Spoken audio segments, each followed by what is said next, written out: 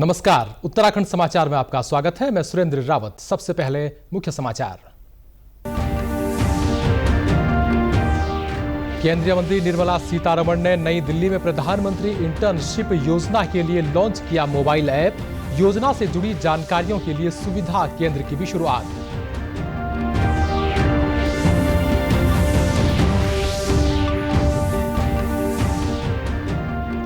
प्रदेश में 13 आईएएस और आईपीएस समेत 26 अफसरों के दायित्वों में किया गया फेरबदल।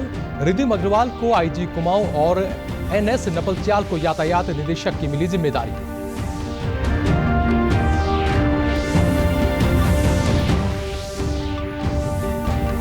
और गोपेश्वर महाविद्यालय की नमामि गंगे इकाई के छात्र छात्राओं ने जागरूकता रैली निकालकर दिया गंगा स्वच्छता का संदेश। प्राचीन वैतरणी कुंड में चलाया सफाई अभियान।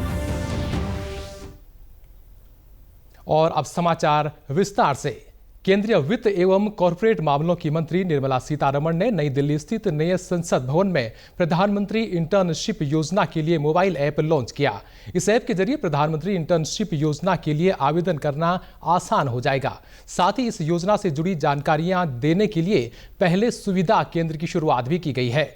यह केंद्र कॉरपोरेट मामलों के मंत्रालय और भारतीय उद्योग परिसंघ ने बनाया है। यहां से युवाओं को इंटर्नशिप के बारे में जानकारी और मदद मिलेगी। योजना के तहत इंटर्नशिप के लिए आवेदन करने की आखिरी तारीख पहले 12 मार्च थी, लेकिन अब इसे बढ़ाकर 31 मार्च कर दिया गया है।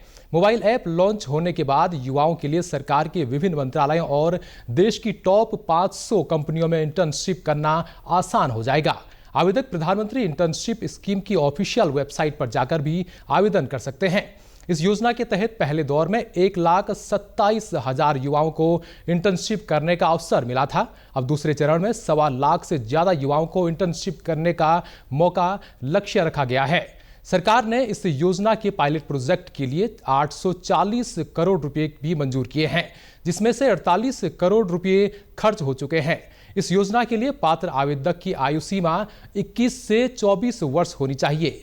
उनसे कक्षा 10वीं और 12वीं उत्तीर्ण की हो। इसके साथ ही उसके पास स्नातक की डिग्री, आईटीआई, डिप्लोमा या अन्य तकनीकी योग्यता हो। योजना के तहत इंटर्न को 5,000 रुपये का मासिक वजीफा और आकस्मिक खर्चों के लिए 6,000 रुपये का एकमुश्त अनुदान दिया जाता है।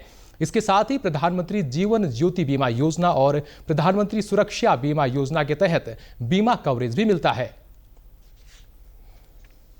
So essentially a gap filling, bridging, exposing and also giving the complete exposure for the individual is the objective of this internship scheme which we brought in July, and in October we came up with the first pilot in which I was glad to see at least 300 odd companies coming in, and later enrollment was started.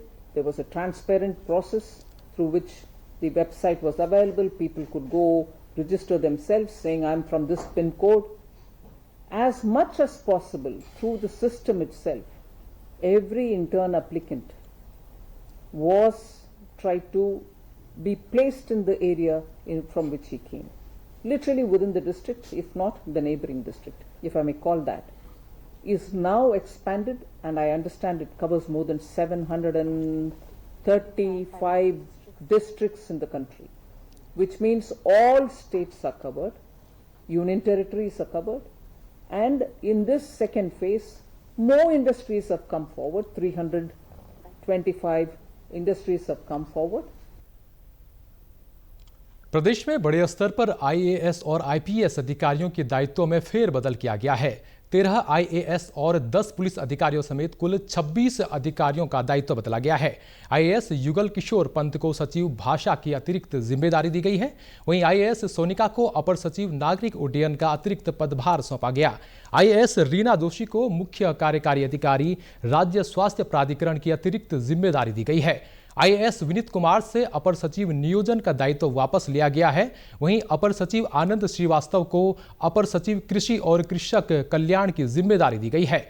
IAS मनुष्य गोयल को अपर सचिव सैनिक कल्याण और उच्च शिक्षा विभाग की जिम्मेदारी दी गई है।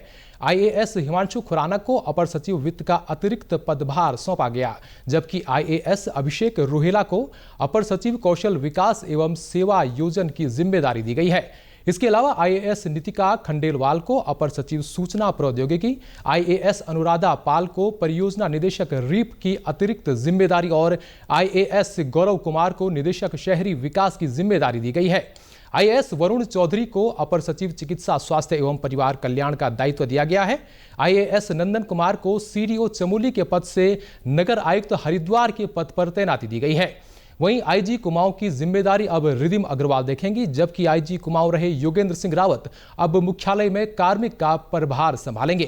निदेशक यातायात अरुण मोहन जोशी को एसडीआरएफ की जिम्मेदारी दी गई है। आईजी एनएस नपलच्याल को सीआईडी से हटाकर यातायात निदेशक का कार्यभार सौंपा गया है।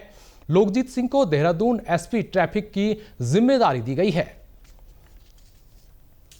गंगा स्वच्छता पखवाड़े के तहत आज चमोली के जिला मुख्यालय गोपेश्वर में छात्र छात्राओं ने रैली निकालकर जल संवर्धन और स्वच्छता के प्रति लोगों को जागरूक किया। छात्र छात्राओं ने इस दौरान सफाई अभियान चलाते हुए प्राचीन वैतरणी कुंड की साफ सफाई की। राजकीय स्नातकोत्तर महाविद्यालय गोपेश्वर की नमामि गंगे इकाई की ओर से यह आयोजन किया गया। अभियान में 150 से अधिक छात्र छात्राओं ने भाग लिया। कॉलेज प्रधानाचार्य एमपी नगवाल ने छात्र छात्राओं को गंगा स्वच्छता की शपथ दिलाकर और हरी झंडी दिखाकर रैली व स्वच्छता अभियान की शुरुआत की।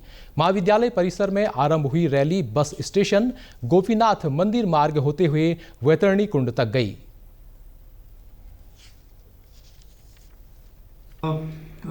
राजकीय स्नातकोत्तर महाविद्यालय गोपेश्वर में नमामि गंगे के तहत, इस अभियान के तहत जो भी कार्यक्रम है वो प्रारंभ हो चुके हैं। सर्वप्रथम महाविद्यालय के 150 छात्र छात्राओं ने नमामि गंगे के योजना के तहत जागरूकता अभियान पूरे शहर में चलाया और जो बैतरणी जल स्थान है या बैतरणी जलाशय है वहाँ की सफाई छात्र छात्रों के द्वारा की गई। साथ ही साथ पूरे नगरवासियों के बीच नमामि गंगे अभियान के तहत जागरूकता का अभियान चलाया गया।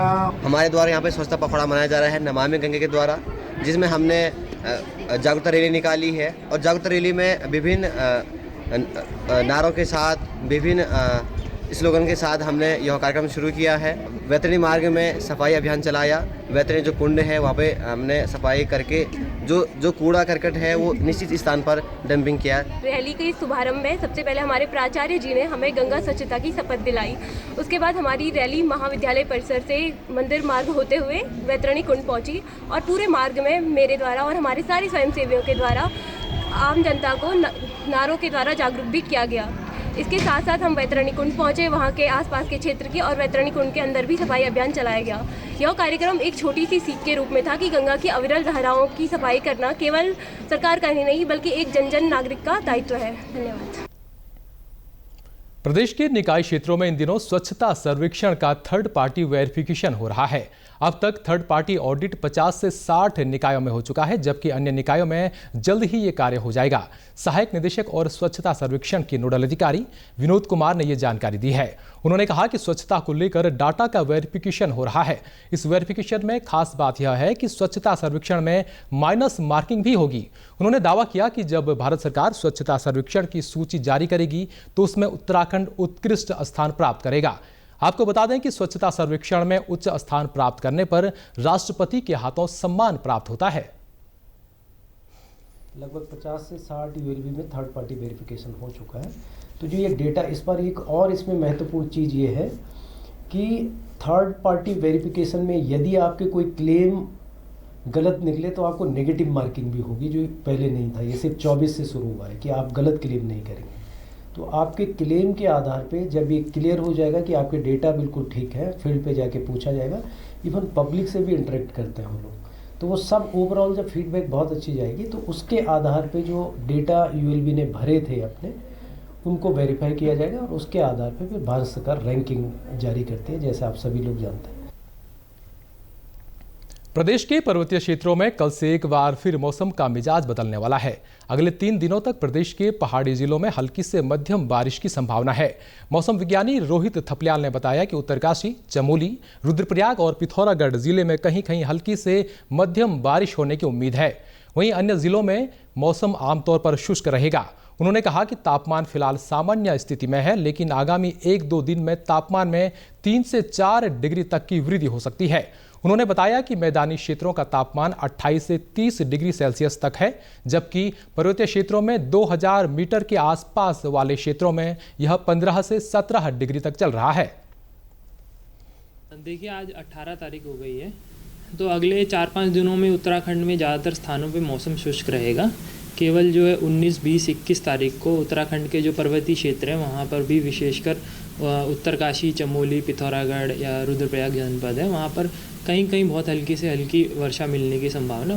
बाकी जो अगले 4-5 दिनों में जो ज़्यादातर स्थानों पे मौसम शुष्क रहने की संभावना है। इसी के साथ अभी तक के समाचार समाप्त हुए। दूरदर्शन समाचारों से जुड़े रहें। मिलते हैं फिर शाम 5 बजे की बुलेटिन में। नमस्कार।